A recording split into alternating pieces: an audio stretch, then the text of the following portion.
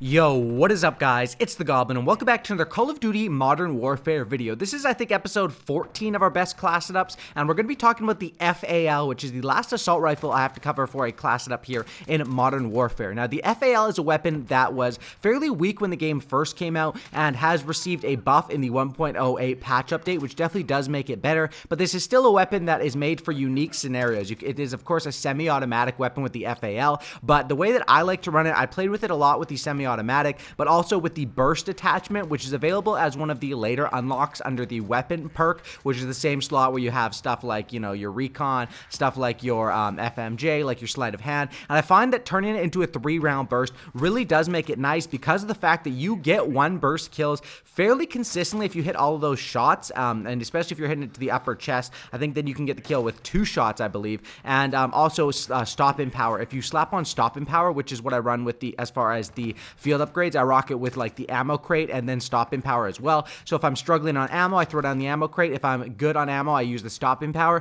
and then it basically ensures your one burst kills even if you're missing one of those bullets or the enemies are moving. So if you guys could drop a like on this video, go ahead and go for 882 likes. That would be absolutely incredible if you could hit that. Subscribe to the channel and drop a like if you guys are new. Really appreciate that. Thank you everyone once again for 1 million subscribers. It's absolutely crazy that we hit that, and I really do appreciate everyone. I know it just takes a millisecond to smack that like button and to subscribe, and let's go ahead and break it down. So what actually happened with this weapon in the patch update 1.08? It was buffed. They reduced the recoil and they increased the ADS speed. Now these are buffs that are kind of significant, I guess you could say. Reducing the recoil. This weapon doesn't have too much recoil on it. It is of course a semi-automatic weapon that is going to bounce when you are shooting it. Same thing with the burst. Of course the burst just turns it into, instead of firing one shot with a super duper fast fire rate, and of course the fire rate is limited to how fast you're actually clicking the trigger. Not, you know, it's not an automatic weapon, it's a semi-automatic weapon. That's how those work in video games like this. But as far as the burst, once you pull the trigger, you have to really wait for the 3 rounds to come out before you get another chance. You can't spam it as quick, of course, or else that would be just absolutely ridiculous. So once again, reducing the recoil and increasing the ADS speed. Very interesting buffs to this weapon, and this is the weapon that personally for my best class setup, I like to run this thing as far as running it as a burst weapon, confirming it and converting it into a burst when I do have that unlocked. I think it is effective as semi-automatic, but with semi-automatic you can actually get some 3-shot kills if you're not hitting them to the upper chest, which is very, very, you know, really bad, to be honest. Getting a 3-shot kill in a game with a fast time to kill like this and fully automatic weapons with little to no recoil, you don't have too much of a chance. So if you are using it semi-automatic, you need to be sure that you're hitting them in the upper chest to get those 2-shot kills, or of course in the head. And if you're using the burst, it's a very similar as well, but you want to be able to get those consistent one bursts, which actually do happen quite a bit. And I would find that the damage on this thing isn't an issue when you go with the burst. You get a lot of one burst, honestly, even especially at close to medium range. But what you do have is it has a little bit of trouble with the handling. So as far as what I rock with as far as the perk setup, perk number 1 on this weapon is going to go ahead and be EOD. Pretty self-explanatory why I like to rock with EOD on this weapon. Of course, because, you know, unless you're rocking overkill, EOD, and honestly this would be a great gun to use overkill with a shotgun if you're trying to be a little bit of a scumbag and get some easy kills, or even running overkill with an MP5 could be deadly on this thing as well, or an MP7. But EOD if you're trying to, because, you know, this is a weapon when you want to post up a little bit. Even on a map like Shoot House, I'm playing it in that upper office area quite a bit.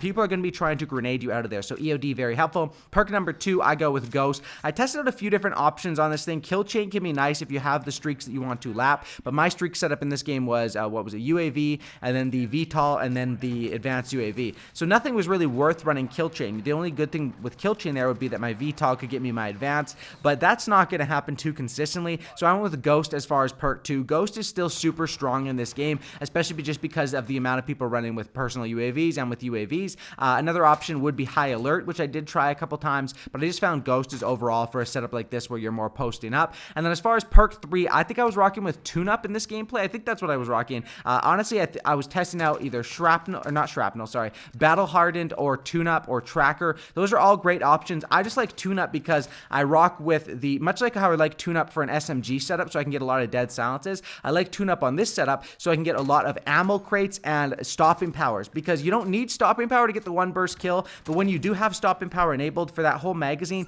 you're almost guaranteed one burst kills every single time, even if you miss one of those bullets or something like that, or the enemy's moving around, or you're hitting them not in the upper chest. So I think it is very, very helpful to have that stopping power power. And of course, that's a slower charging field upgrade, which when you have tune-up charges 33% faster. I also rock with the Claymore and the Stim Shot as far as my lethal and tactical, pretty standard. Let's go ahead and break down the attachments on this weapon.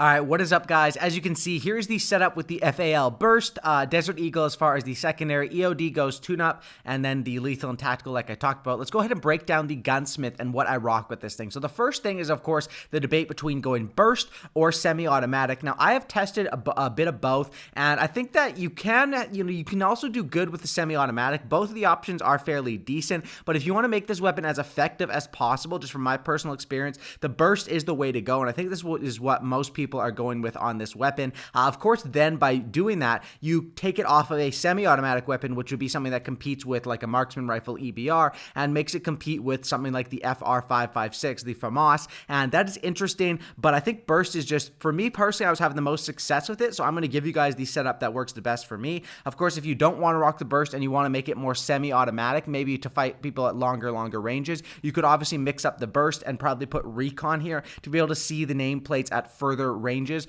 which really would help if you're playing on 10v10 or ground war. But still, I think the burst is nice, and the only downside of the burst is, of course, if you have 20 bullets in each magazine, if you're semi-automatic shooting them one off at a time, it doesn't really matter too much, right? You know, you're not going to burn through those 20 very fast. If you're bursting, now you only get 6 bursts before you have to reload. It does matter, and of course, you can't stack sleight of hand and burst. They're in the same category. You can't stack it up, but that's just what I rock as far as this. You can go with semi-automatic weapon if that's more of your standard. You like to have a really fast trigger finger, but I find for the majority of players, the best setup with this weapon will probably be with the burst.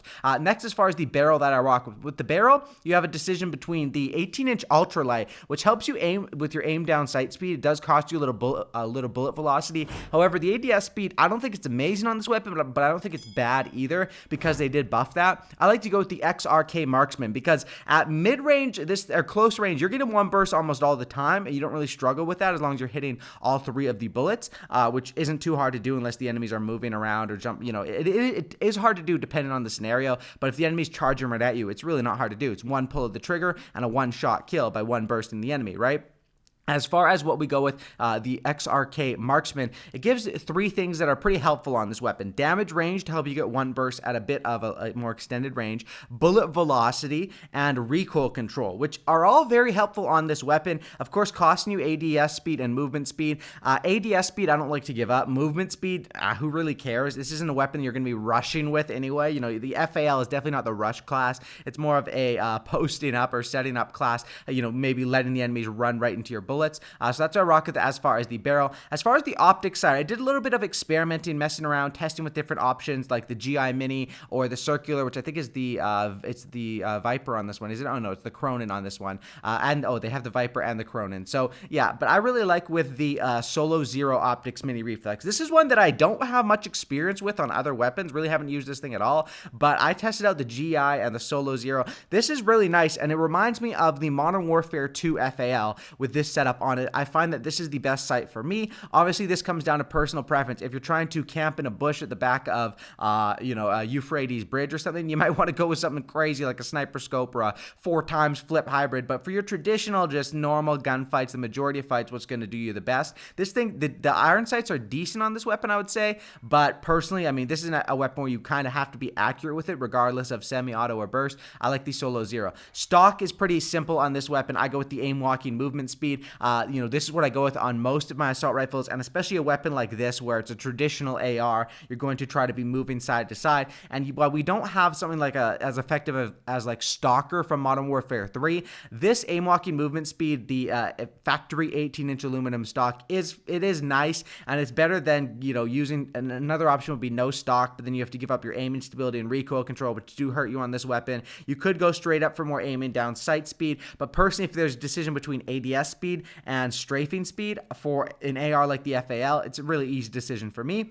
Next is the rear grip tape. Now with this one, if you struggle with the recoil, you can go with the rubberized, but I really don't think you should. You shouldn't struggle with the recoil because you're going to be able to finish them in hopefully a 2-tap or a 3-tap if you're semi-autoing, and obviously a 1 pull of the trigger if you're bursting, 1 to 2 pulls of the trigger. So stippled grip tape for me really does help just to speed this weapon up a little bit because it is one that is traditionally slow, and that's why, on a setup where you usually want to have a bit of balance balance, not everything just pointed towards making one thing more effective. A little bit of balance right there. So this is the setup that I like to run. It does have a tiny bit of recoil, I guess you could say, but it's just straight up vertical, and it's pretty expected. The thing about recoil in this game is people die so damn quick. By the time you notice the recoil, you're going to have the enemies killed. The recoil comes more into play or question if you're going for double or triple kills or different scenarios like that. Anyway, hopefully you guys did enjoy this video. This is the best class up that I like to run with it. I do think turning it into a burst weapon is amazing. Now, of course, I'm sure there's people in the comment section down below that say, I have the world's fastest trigger finger. It's absolutely incredible with the semi-automatic. So, you know, if you like the semi-automatic, that's great as well. This weapon, of course, was designed as semi-auto.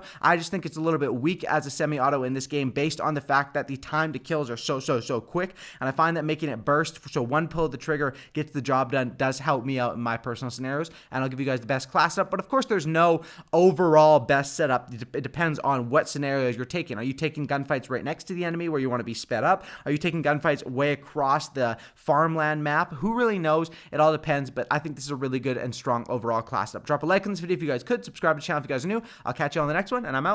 Peace.